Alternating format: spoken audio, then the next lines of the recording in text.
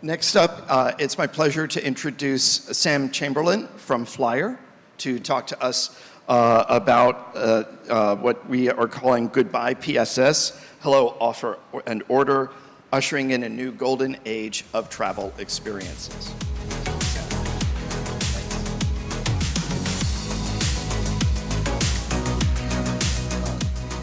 So, Sam, when we talk about Goodbye PSS, Hello Offer and Order, this has been something we've been talking about for a long time. It's built obviously on NDC and then the retailing standards that IATA have published. FLYR has the advantage of being a greenfield company, and you are working with a greenfield airline, a brand new airline, Riyadh Air, as your first customer. We know that Riyadh Air is getting ready to launch, and hopefully they will be at a point where they can start selling soon. I'm just curious, as you're working on the testing and everything, how's the system working, and what are you learning about it? Yep, that's a great question, Henry. Greenfield is probably the best way to think about this and describe it. Everything is new for us. Everything is new for Riyadh Air. But at the same time, and as they imagine this sort of like new digital future and completely new experiences that they want to offer with their brand promise to their passengers, they also want to make sure that they're satisfying the needs of passengers today and are also backwards compatible with standards and capabilities. So part of the challenge here is not just building new things and thinking of this as greenfield, but also how do I build all these new capabilities and enable the airline to be a new digital retailer and next generation ready, but how do we also make sure that they can coexist in this legacy world or old world, if you like, at the same time. So we have a lot of fun and a lot of stress and a great time working with Riyadh Air, thinking about how they're going to be kind of next generation, and also figuring out how they address today's challenges and solve these problems that are still very real. And a good example of that is something like an airline still needs to create partnerships and be able to satisfy co-share and interline capabilities and things like this. And these are capabilities and features that are rooted in very legacy standards and constraints and technology that's been around for a long time.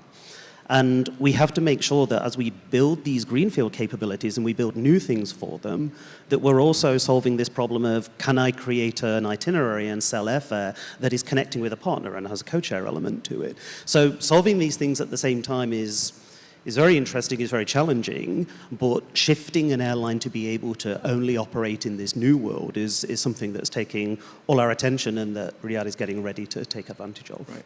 So we've done some marketing research about this, and we've asked airlines how long they expect to have to operate in a dual world of offer order and legacy PSS.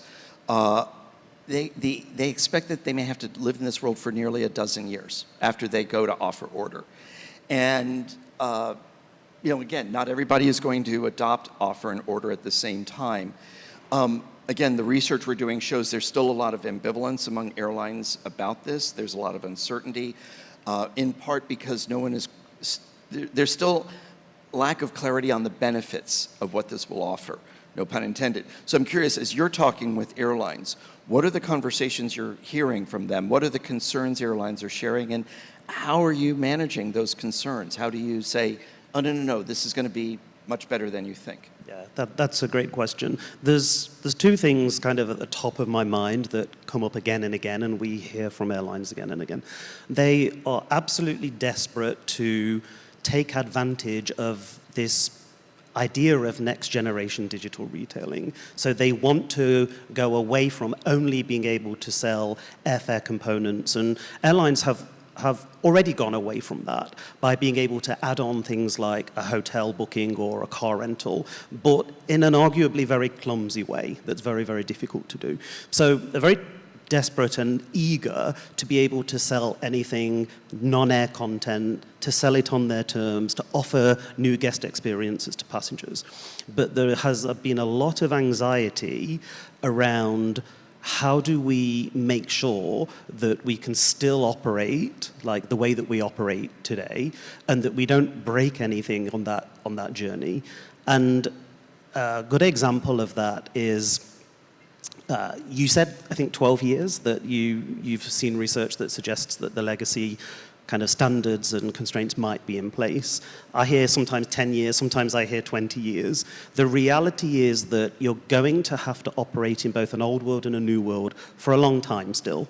And the anxiety that comes when I speak to airlines is, can you really do that? Can you be in this new world and can you be in this old world at the same time? And this old world means I've got to still be able to, I gave the example before of a code share and an interline. I've still got to be able to do that. I've still got to have connectivity to third-party systems like accounting and settlement. I've still got to be able to service passengers and fulfill through the DCS, for example, in check-in systems. And so the first thing that we've done is to build those integrations and solve those integration challenges to be able to prove that we can reduce that anxiety, that we can say that even though it's a concern because it's a difficult thing to do, we want to make it very, very clear that it is possible and you can do it. So you can remove that headache and then demonstrate a path of how you can operate in the current world and start moving to that new world slowly. It's not a knife edge, it's not a big bang, it's something that happens over time, and that value comes incrementally as you start exploring new retailing opportunities. Right. So what I've heard from airlines is basically boiling the ocean is too much. And so I'm like, you know what, instead of boiling the ocean, how about just heating a cup of water? And they're like, but how? So I'm just curious, what advice are you offering to airlines as they're looking at this and perhaps wide-eyed and terrified of what it is? Because the benefits of retailing are compelling, starting with allowing airlines to be much more customer-centric than we've historically been able to be. I think the advice or the recommendation is you can't do everything at once. You can't shift your entire operating model, and you can't implement a retailing strategy overnight that means you're going to completely change how you operate. What you can do is pick small opportunities and try to capitalize on use cases. For example, maybe selling some third-party content. And it might not be ubiquitous across the whole network. It might be just in some markets you try something new. It might be experimenting with new decision intelligence and decision support technologies. We're going to make product or bundle recommendations in parts of our network or in trials. It's very easy with the technology that is now available to us for airlines to go and try things and learn very quickly for them, especially as they leverage AI and ML technology. The data is there. Airlines have all of this data to know what's available in the market and what they want to sell and what a passenger's likely to do. We can feed those into engines and models and AI agents to make recommendations and learn very quickly. So it's not something that they have to sort of fear or worry about, hey, I have to go and make this change across my network, and if it goes wrong, then it's terrible and everything's gone wrong. They can try it in one market. They can try one thing. They can try one third-party non-air piece of content to sell or something like this. There's another piece that I think is very important for airlines to understand, is that it is possible to start to benefit from new capabilities and these new opportunities without a full and complete displacement of the PSS. So it is possible to start to leverage pieces of the offer and order ecosystem that kind of stand side by side with the legacy systems and the PSS to start with. And that serves two benefits. One, they can start to get advantages. The example that we use a lot is the advanced shopping cart, a shareable shopping cart, a shopping cart that you can come back to. I think everyone in this industry knows how the cart and the order and the booking creation process works today. You buy everything at once, you decide how many passengers are traveling, and once you hit confirm, that's it. There's only one thing you can do after that. Well, to. You can cancel or you can split the P&R, that's it. Right. But what happens if you could add passengers afterwards? What happens if you could decide, I'm going to travel in a different cabin to my children that are coming with me on the same flight? What happens if you wanted to add things on, to add new experiences onto that experience afterwards? These are things that could, and we're already exploring how this can happen without a complete PSS replacement. And the second benefit of that is it de-risks the legacy system displacement. It means in time, you can move more and more to a complete offer and order ecosystem that you haven't had to do overnight. You haven't had to make that decision straight away. Right. The analogy that I like to use is the hotel industry, because I've also, in the past, run marketing for a boutique luxury hotel chain.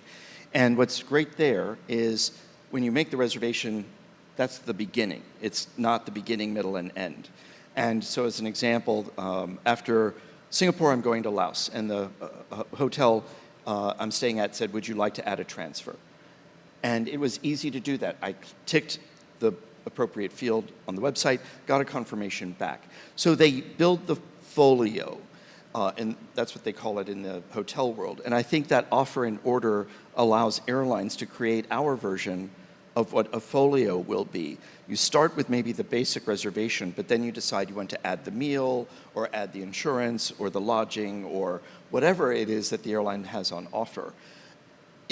As you think about this, as you and your colleagues have been creating FLYR, it seems like it has to be an enormously elastic type of technology solution. Is that fair? Yes, absolutely. And that's a very good way to describe it. And I haven't heard anybody else describe it as elastic. That's a great way to describe it. I want credit for that. Yes, I will absolutely cite you.